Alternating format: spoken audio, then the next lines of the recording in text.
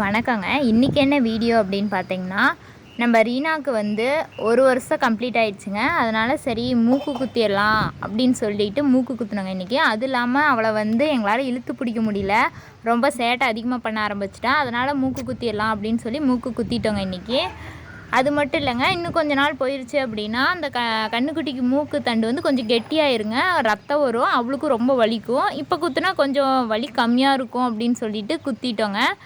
ஒரு வாரத்துக்கு வந்து அந்த மூக்குனாங்கவரை வந்து கறந்து கறந்து விடணுங்க. அப்போ தான் வந்து அந்த இடத்துக்கு சீ பிடிக்காமல் இருக்கும். புண்ணு சீக்கிரம் காஞ்சிக்கும்.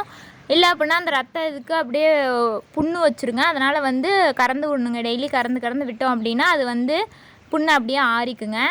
இந்த மாடு வளர்த்துறவங்க ஃபேஸ் பண்ணுற ஒரு 2 ப்ராப்ளம் என்ன அப்படின்னு பார்த்தீங்கன்னா, அதுவும் படித்தவங்க மாடு வளர்த்திட்டா அது இன்னும் ப்ராப்ளம் தாங்க. என்ன அப்படின்னு பார்த்தீங்கன்னா, உனக்கு என்னப்பா மாடு வச்சுருக்க அப்படிங்கிறீங்க ஒரு ரகங்க. இன்னொரு ரகம் என்னென்னா, என்னப்பா படிச்சுட்டு மாடு வளர்த்திட்ருக்க அப்படிங்கிறீங்க இன்னொரு ரகங்க. 2 ரகம் தாங்க.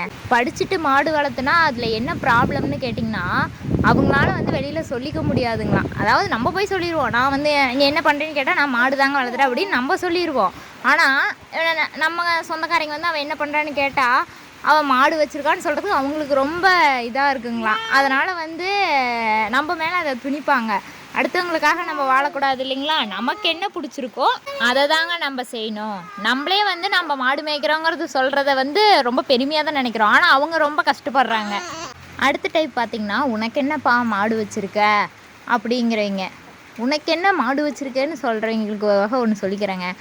மாடு வச்சுருக்கீங்க, நினச்ச நேரத்துக்கு சாப்பிட முடியாதுங்க, நினச்ச நேரத்துக்கு தூங்க முடியாதுங்க. ஒன்றும் இல்லை, ஒரு மாடு நைட்டு கண்ணு போட்டுருச்சுனாங்க அன்றைக்கி நைட்டு தூக்கமே போச்சுங்க.